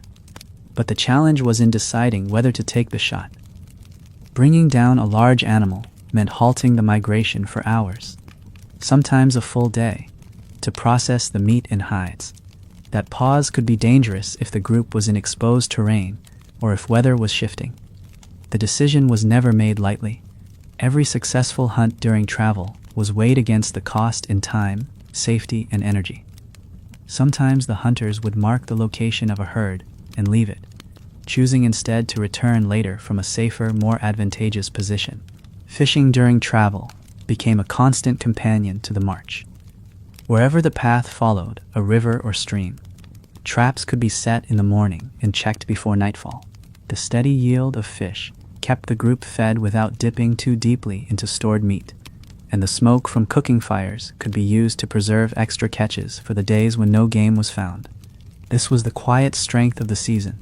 The variety of resources available meant that survival no longer hung entirely on one successful kill. But that same variety also meant more work, more vigilance, and more tools to maintain, because every method of gathering food required its own set of preparations. Predators followed the migration just as faithfully as the hunters did. Wolves shadowed herds at a distance, often invisible except for the occasional glimpse of movement on a distant ridge. Hyenas were less subtle, their scavenging nature making them more willing to close the gap if they thought humans had made a kill. Big cats were the most unnerving. They left no sound, no visible trail until the moment they decided to show themselves. Scouts reported fresh claw marks on trees and the flattened grass of a predator's resting place, signs that were enough to adjust camp locations by miles. These encounters didn't always lead to direct confrontation, but they served as constant reminders that the hunters weren't alone in tracking the herds. At night, the fires burned high, the light pooling against the dark, pushing the wilderness back just far enough to make space for rest. The people ate in small groups, leaning close, voices low, discussing the next day's march or recalling the landmarks they'd passed earlier. There was a rhythm to these evenings: food, repairs, stories, and finally the settling of the camp into silence, with only the soft crackle of the fire and the occasional call of a night bird breaking the stillness. Somewhere beyond the firelight, the land was shifting toward spring. But here, in the tight circle of warmth and watchfulness, the hunters carried winter with them still, not as a burden, but as proof of what they had already endured. The further the group moved along the thawing valleys, the more the land began to open up. Trees that had been stripped bare through the winter now showed the faintest hints of buds, small bursts of color against the muted browns and grays.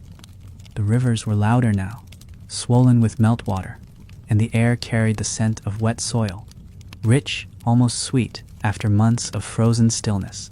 For the hunters, these changes weren't just signs of the coming season. They were a living map, telling them where food and shelter would soon be easiest to find. An early patch of grass on a sunny slope meant the herds would eventually pass nearby. A grove of budding willows along a riverbank meant materials for traps, bindings, and fishing gear. Every detail, no matter how small, was folded into the group's memory of the land. Traveling at this time of year meant keeping a constant eye on the weather. Warm days could turn rivers into raging torrents in a matter of hours, flooding low paths and cutting off familiar routes. Cold snaps could freeze the surface again, just enough to fool the unwary, hiding thin ice beneath a dusting of snow. Crossing waterways required patience and coordination. The strongest members of the group would test the depth and current with long poles, planting them firmly with each step before moving forward. If the water was too deep or fast, they would seek out a narrowing upstream, even if it meant adding hours to the journey. Safety came first. Losing a person, or even a sled of supplies, could undo the hard-earned security the group had built over the winter. The herds themselves were becoming more restless, moving in tighter groups, driven by the pull of instinct toward summer grazing grounds. From a distance, the movement of a herd could look slow and meandering, but up close it was a constant shifting, animals stepping over each other to reach the freshest ground, ears flicking at every sound, muscles twitching with readiness to run. This restlessness made them harder to approach, but it also meant they were more predictable in their direction of travel. Hunters took advantage of this by staying just outside the herd's awareness, moving parallel for days at a time, waiting for the right place to set an ambush. Food in this season was more varied, but it still required careful planning. Larger kills were smoked or dried for storage, while fresh fish and smaller game were often eaten the same day. The change in diet was noticeable.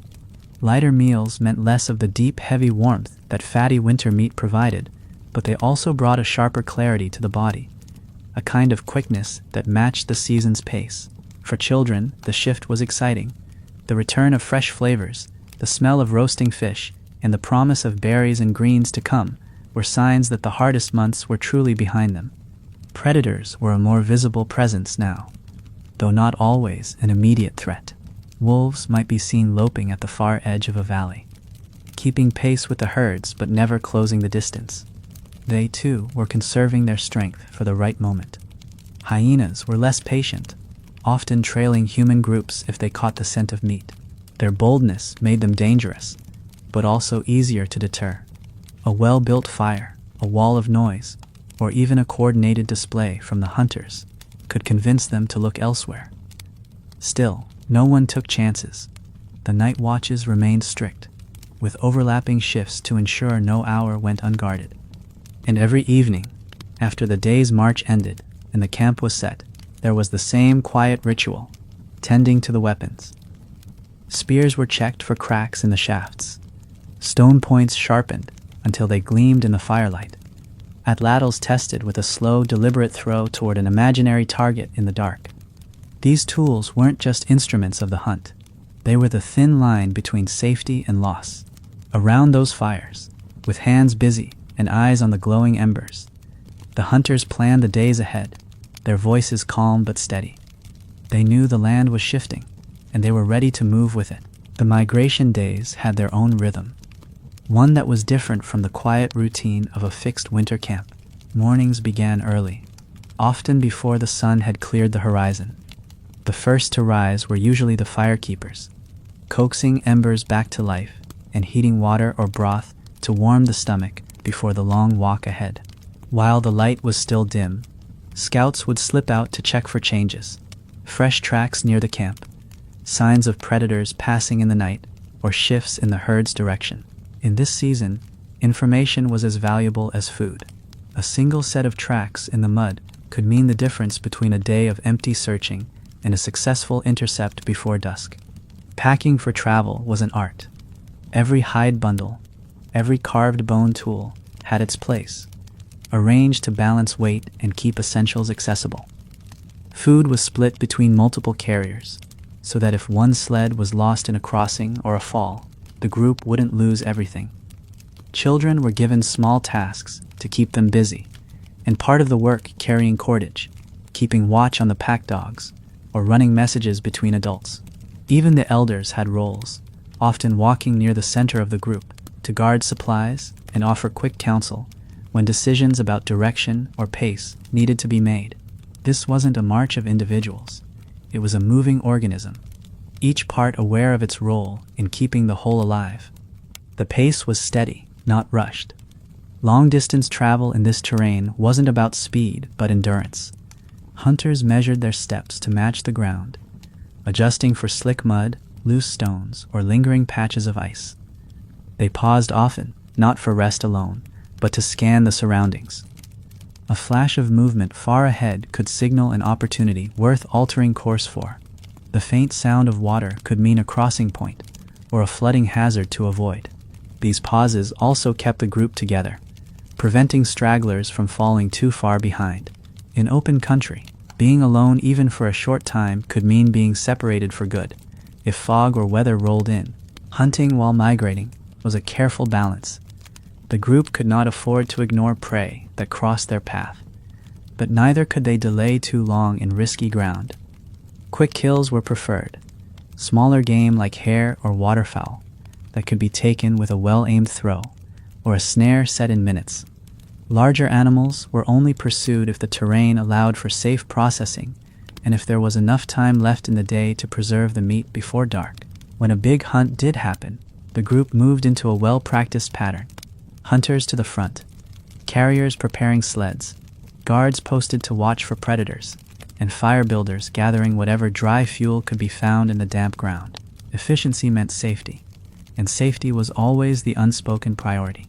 The nights during migration felt different from the ones in a fixed camp. The firelight was still comforting, but the surroundings were unfamiliar, the sounds of the land shifting from one camp to the next. Some nights were quiet, with only the crackle of the fire and the occasional nightbird. Others were restless, with the distant calls of wolves or the unsettling cough of a predator you couldn't see. Those on watch learned to read the fire as much as the dark, keeping it bright enough to deter curious animals, but not so high that it exhausted fuel reserves. A good night's watch meant the rest of the camp could sleep without fear, and that peace, however brief, was as valuable as food in this season. By the time dawn returned, the cycle began again. Fire, scouting, packing, moving. The repetition might have seemed endless to an outsider, but to the hunters, it was simply the way life flowed now. Every day brought them closer to the summer grounds, closer to the time when food would be abundant, when the land would be green and rich, and when the memory of winter's hunger would fade, at least for a while. But they also knew the seasons would turn again, and that all this movement, all this vigilance, was simply preparation for the next time the world froze over. The closer they drew to the summer feeding grounds, the more the land seemed to change under their feet. Valleys that had been open, stretches of snow and ice a month before, were now dotted with the first bursts of green, tender shoots breaking through the softened soil. Birds returned in growing numbers, their calls stitching sound into landscapes that had been silent all winter. For the hunters, these signs were not just pleasant, they were signals, the return of certain species meant fish were running in the rivers, insects would soon be hatching in swarms, and the herds would be drawn north in greater numbers. Every new arrival was a piece of the puzzle, fitting into the hunters' plans, like the last parts of a long, patient game. But with life returning to the land came new hazards. The same thaw that nourished plants and animals also made the ground unstable.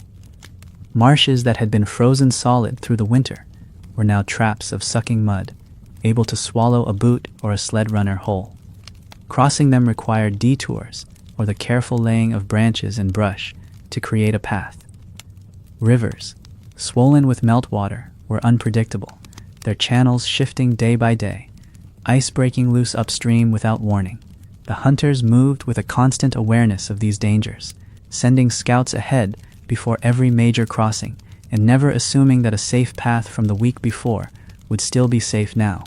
The herds were restless in this season, and the hunts reflected that restlessness.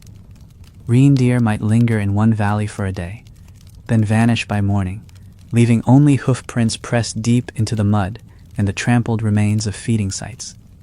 Hunters adapted by working in smaller, faster groups for certain hunts, breaking away from the main migration to circle ahead and position themselves along likely routes.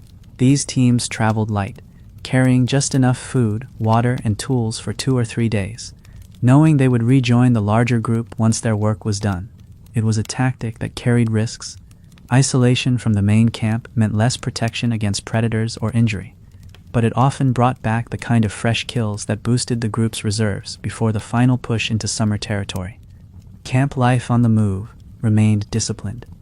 Even temporary stops required careful setup.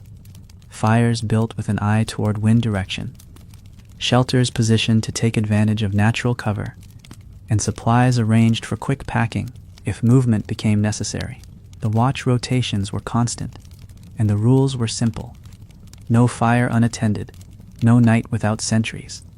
Children and adolescents were given more responsibility now, shadowing hunters or helping to maintain camp tools. This wasn't simply to keep them busy, it was part of their education. By the time they reached adulthood, these young people would already know how to judge a river crossing, set a snare, or spot the glint of predator eyes in the dark. The predators had shifted their own strategies. Wolves often followed at a greater distance now, conserving their strength for the easier hunting of summer, when fawns and calves would be plentiful. But they were still opportunists, and the scent of a fresh kill could bring them in close. Hyenas, on the other hand, seemed more willing to challenge humans directly in this season, testing the boundaries of camps in the hope of finding unguarded meat. Even the big cats were active, drawn to the same prey the hunters pursued. Every sign, a paw print in soft earth, claw marks on a tree, a sudden silence among the birds, was taken seriously, because an ambush was most dangerous when the camp's focus was on the herds ahead. In the evenings, the firelight revealed more than the work-worn faces of the hunters. It showed the ease that came with knowing the hardest season was behind them, even as new challenges rose. People leaned back against their bundles, shared food without counting every bite, and spoke more freely of plans for the months ahead, trading with other groups, gathering resources for shelter building, and preparing for the arrival of summer's abundance. Yet no one forgot that the same abundance would fade, and that every step northward was part of a much longer cycle. The land was generous for only a while, and they had learned over generations to take from it, with both gratitude and foresight. The final stretch toward the summer grounds was always the most demanding, not because the land was at its harshest, but because it demanded a different kind of endurance. The days were longer now, but that meant more hours of work, more ground to cover, and more tasks that had to be completed before nightfall. Every camp was temporary, set up with the knowledge that it would be broken down again in a day or two. The air was warmer, but the warmth came with heavy dampness that clung to clothing and made fires harder to keep lit. Insects, dormant all winter, returned in clouds near the rivers and marshes, their constant buzzing and biting adding an invisible tax to every moment of rest. For the hunters, it was a season of movement, layered with small but constant irritations that tested patience as much as strength. The herds they followed were no longer in scattered groups. Now they moved like flowing rivers of muscle and bone. Thousands of animals sweeping across the land in long arcs. From a distance, the shifting shapes of their movement could almost look like the waves of the rivers themselves, cresting and breaking as the herd navigated the terrain. Hunting such vast numbers wasn't about chasing individuals anymore. It was about reading the edges of the herd, looking for the weak, the injured, or the distracted. A healthy animal in the middle of the flow was nearly impossible to reach without scattering dozens more, and such chaos could mean losing the advantage entirely. The tactics in this season were subtle. Hunters might approach from downwind, moving slowly and low, letting the animals graze closer rather than forcing the gap to close themselves. Sometimes they worked in coordinated lines, with a few people positioned far ahead of the herd's path, hidden among rocks or brush, ready to strike when the animals were funneled toward them. Communication was done entirely by hand signals, or the smallest of gestures, a nod, a shift in stance, because a single sharp sound could ripple through the herd and send them running. Patience was measured in hours, sometimes entire days, for the chance at one perfect moment. Back in camp, the rhythm was one of constant readiness. Food preparation happened alongside weapon maintenance, and repairs to shelters were made between scouting trips.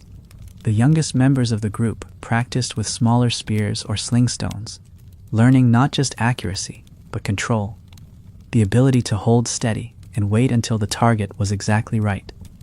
Elders told stories in the evenings, not for entertainment alone, but as lessons. They spoke of hunts gone wrong because someone rushed, or of times when restraint meant the difference between a narrow escape and a fatal mistake. The stories kept the knowledge alive, weaving it into the minds of those who would carry the work forward. Predators moved alongside the herds now as well, a reminder that the hunters were part of a wider web of competition. Wolves shadowed the same flanks the humans watched, sometimes even making a kill that the hunters would later claim, if the wolves couldn't defend it. Hyenas were bolder still, following close enough to sniff out scraps or test whether the humans would fight for their meat. Big cats remained the unseen danger. Their kills were often found days later, half consumed in a shaded hollow or under a screen of brush. To live in this season was to accept that every hunt was also a negotiation with these other hunters, one where victory was measured by who walked away with the most meat, not by who claimed the first strike. And each night, when the fires were lit, and the scent of smoke and roasting meat curled into the dark, there was a quiet sense of progress. The summer grounds were near. The land felt different, softer underfoot, warmer in the air, filled with the layered calls of birds returning from far away. The hunters had made it through the frozen months, across the melting valleys, past the hazards of the thaw. Ahead lay the abundance of summer, but they knew that abundance was temporary. Even as they settled by the fire, stomachs full for the first time in days, they carried the unspoken truth that the work never ended.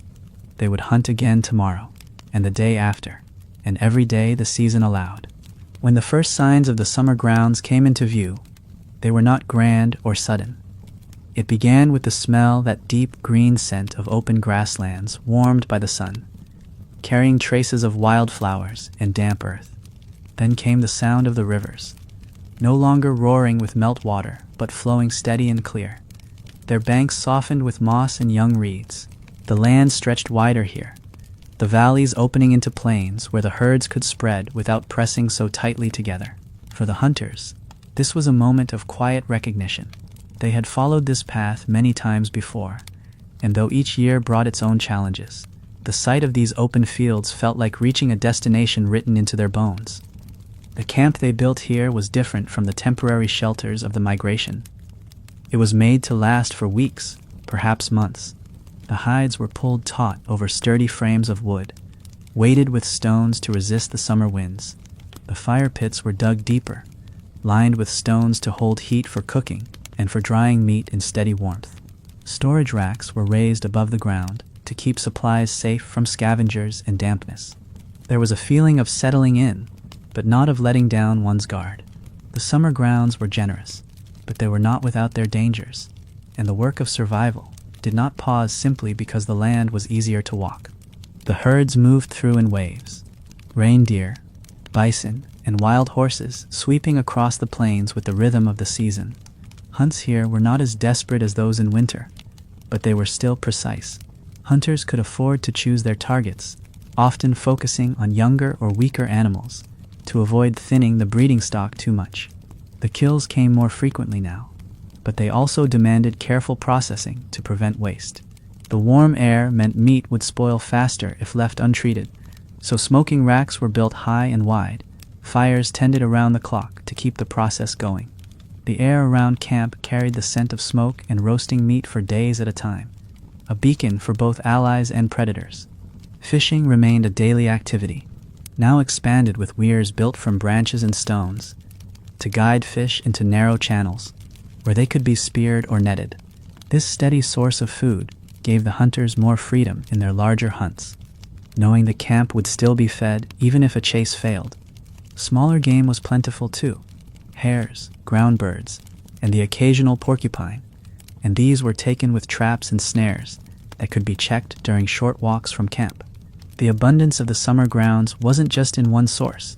It was spread across the land in 1,000 small offerings, each one gathered with the same quiet respect as the great hunts. Predators, of course, were drawn here for the same reasons. Wolves prowled the outskirts of camp, their howls rolling over the plains at night. Hyenas tested the boundaries, sometimes darting close enough to snatch a scrap or test whether the humans would chase them off. The big cats were more patient, often unseen until their work was already done. Their kills were sometimes discovered days later, bones picked clean in the shade of a lone tree. The hunters did not see these creatures purely as threats. They were rivals, competitors in the same race for survival, watching their movements, learning from their tactics, even taking advantage of their kills when possible. These were all part of the unspoken game that had been played on this land for longer than anyone could remember. And at night, under skies so wide, they seemed to hold every star in the world. The hunters sat around their fires and spoke in lower voices. The stories now were less about hardship and more about skill. Hunts that went perfectly, narrow escapes from charging bison, clever traps that worked better than expected. There was laughter here, mixed with the steady crackle of the fires, and an ease that had not been possible during the frozen months. But beneath it all, there was the quiet understanding that this ease would not last forever. The earth turned, the seasons shifted, and before long they would be moving again, retracing the long, patient path back toward winter. The days on the summer grounds settled into a rhythm that almost felt timeless. Morning hunts at the edges of the herds, afternoons spent cleaning and preparing meat, evenings filled with the scent of smoke drifting across the plains. The children's laughter carried farther here, echoing in the open air, mingling with the low calls of grazing animals and the distant rush of the river. Every person had a place in this balance. Hunters, firekeepers, tanners, toolmakers, each role as vital as the next. The cold was a memory now, a shadow on the horizon, but it was never forgotten. The habits it taught, caution, patience, cooperation, stayed woven into everything the hunters did, even here in the season of plenty. The summer grounds were not a place of idleness. The work simply shifted form. The hunts were less desperate, but they were still deliberate, aimed at building stores for the months to come. Meat was dried into strips that could last into the early frost. Hides were tanned in the open air for future clothing and shelters. Sinew was collected for cordage, and bones were shaped into tools. The rivers became highways for fishing and gathering reeds, and the open plains offered materials for snares and shelter frames. This was the time to prepare for the long arc of the year ahead, to gather and shape everything the group would need when the green faded back to white. In quieter moments, there was space for something winter rarely allowed: reflection. Hunters would sit just beyond the edge of camp, watching the herds move across the plains, the wind pressing the grass in waves. They would remember hunts gone well, and those that had ended in retreat, the faces of companions lost to the cold or the hunt, the feeling of their own breath freezing in their beards under a pale winter sun. These memories weren't mourned in silence. They were shared, passed along like the flint knapping techniques or the patterns of the herds. The past lived in their words, not to trap them there, but to keep the lessons alive for those who would face the seasons yet to come. Even in this season of abundance, predators remained part of the story. The fires were still guarded, the nights still watched. Wolves prowled beyond the circle of light, their eyes sometimes catching the flames in brief, glowing flashes. Hyenas laughed in the distance, their calls rising like strange music in the darkness. And somewhere out there, the big cats moved like shadows, as much a part of this place as the herds themselves. The hunters didn't fight this reality. They moved within it, just as they had through the deep winter and the long thaw. This was the understanding that had carried their kind through uncounted generations. The land gave, the land took, and survival meant meeting both with the same steady hand. As the sun sank low on those endless summer evenings, the camp would glow with firelight against the darkening plains.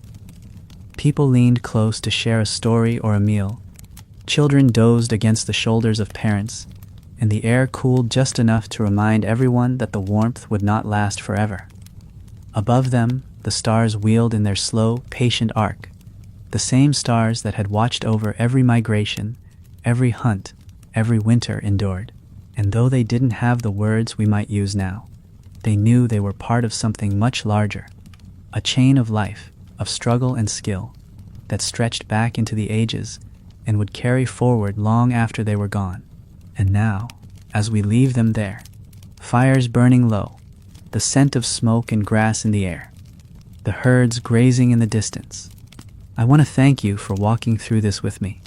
If you've listened all the way to the end, I hope you've felt the cold winds, the crunch of snow, the warmth of the fire, and the weight of the hunt, as if you were there. If you haven't already, make sure to subscribe so you can join me again for our next journey into the past. Let me know in the comments where you've been listening from, and what time it is for you right now. Maybe you're drifting to sleep in a warm bed, or maybe you're awake in the quiet hours, letting your mind wander across the ancient plains. Either way, thank you for being here. Rest well, and until next time, we'll meet again by the fire.